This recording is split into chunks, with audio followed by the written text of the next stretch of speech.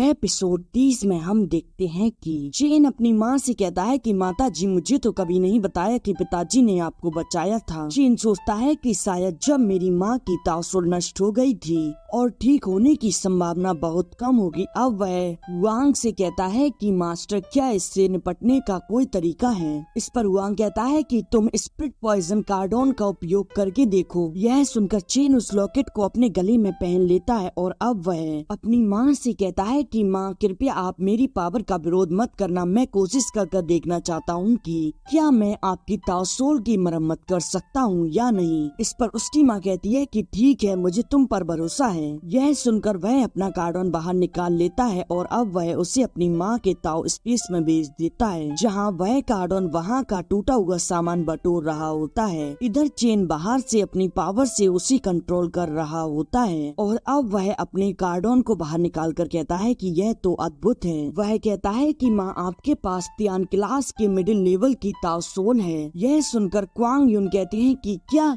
Tian class के middle level की ताओसोल, और तभी उसकी माँ नर्वस होती हुई कहती है कि तुम मुझे ऐसे क्यों देख रहे हो। कुंग यून कहते हैं कि चेन, मैं बहुत खुश हूँ, मुझे इसकी परवाह नहीं है कि तुम्हारी माँ के पास किस प्रकार की ताओसोल है। वह उसकी माँ से कहते हैं कि हम एक कपल के रूप में कल्टीवेशन कर सकते हैं। उसकी माँ कहती है कि मैं बहुत ठीक हूँ, अब हमारा परिवार एक साथ कल्टीवेट कर सकता है। अब उसकी माँ कहती है कि परंतु मुझे एक दिक्कत है, मुझे कल्टीवेशन एक्सरसाइज और टेक्निक्स के बारे में समझ नहीं आ रहा। चेन कहता है कि मुझे लगता है कि इस पर कोई प्रतिबंध लगा दिया गया है। वह कहता है कि माँ, आपका ओरिजिन साधारण नहीं है। ये कल्टीवेशन और सीक्रेट्स है, निश्चित रूप से आपके पास असाधारण तरीके हैं, परंतु कोई नहीं, वैसे भी यह सबसे अच्छा है। और इसके बारे में पिताजी, आप किसी को ना बताएं कि माँ के पास तासोल है, वरना बिना वजह कोई और परेशानी खड़ी हो सकती है। यह सुनकर वह दोनों मान जाते हैं। अब चेन पूछता है कि क्या पिताजी जियानेर को भेजे गए सभी कल्टीवेशन और संसाधन वितरित कर दिए। इस पर कुंग यून कहते हैं कि हाँ, रिपोर्टर ने बताया कि इसे वितरित कर दिया गया है। तुम चिंता मत करो, इतने दिनों तक व्यस्त रहने के बाद आपको अच्छे से आराम कर लेना चाहिए। यह सुनकर चेन वहाँ से चला जाता है।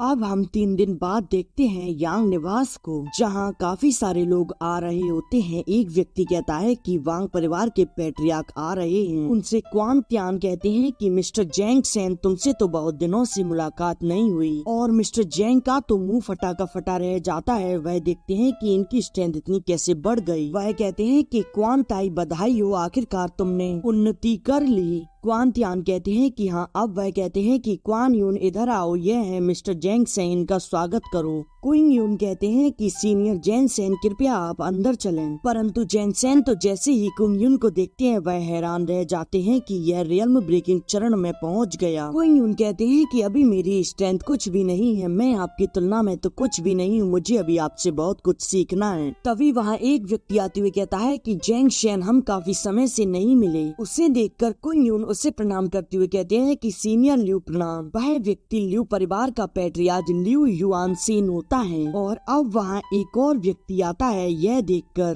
तीनों लोग उस व्यक्ति को प्रणाम करते हैं। वह मांगू सिटी का लॉर्ड जाओ यांग पेंग होता है। क्विंग यून कहते हैं कि सीनियर, आप सभी अंदर चलिए। और अब थोड़ी देर बाद समारोह स्टार्ट हो जाता है, जहाँ चेन के पिता को यांग परिवार का नया पैट्रियार्क घोषित कर दिया जाता है। यह सुनकर नीचे खड़े लोग तालियां बजा रहे होते हैं। इधर हम चेन को देखते हैं, जो कि एक जगह बैठा होता है। उससे जुई कहती है कि यंग मास्टर, वहाँ सभी लोग सेलिब्रेट कर रहे हैं, आप बाहर क्यों नहीं जाते। चेन चाय पीते हुए अंगड़ाइयाँ लेते हुए कहता है कि हाल ही में मैंने बहुत सारे कार्य किए हैं, तो मुझे अब आराम करने का मौका मिला है, तो फिर मुझे उसमें जाने की जरूरत नहीं है। तुम जाना चाहती हो तो जा सकती हो। यह सुनकर जुई उसके कंधे दबाती हुई कहती है कि नहीं यंग मास्टर, मैं यहाँ रहकर आपकी सेवा करूँगी। तभी चेन अपनी स्टोरेज रिंग में से एक दर्पण को बाहर निकालता है। वह कहता है कि जुई, तुम इसे उठाकर दिखाओ। इस पर जुई उसे आसानी से उठा लेती है और यह देखकर चेन हैरान हो जाता है। और फिर वह जैसे ही जुई के हाथ में से उसे लेता है, वह उसे उठाने में असफल होता है।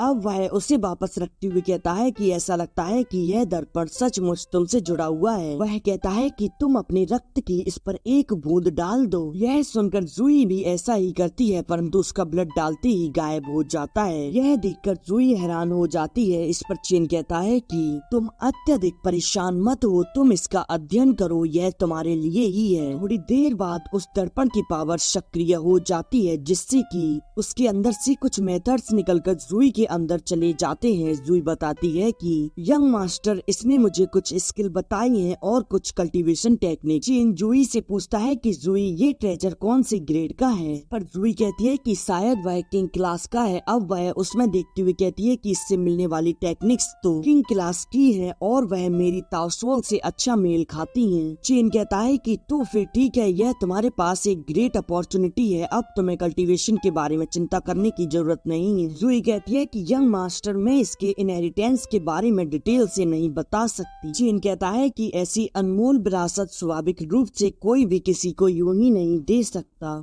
वह कहता है कि तुम्हें अब अपनी ताओसोल की पावर का उपयोग करके इसे समझना चाहिए। वह खड़े होकर उससे कहता है कि तुम जाओ और अपने कमरे में जाकर कल्टीवेशन करो। इस पर जूही कहती है कि ठीक है और अब वह वहां से चली जाती है। अब चेन को उसी मेटल के टुकड़े के बारे में याद आता है और अब वह उसे निकाल कर देखने लगता है। यह एपिसोड यही एंड हो जाता है।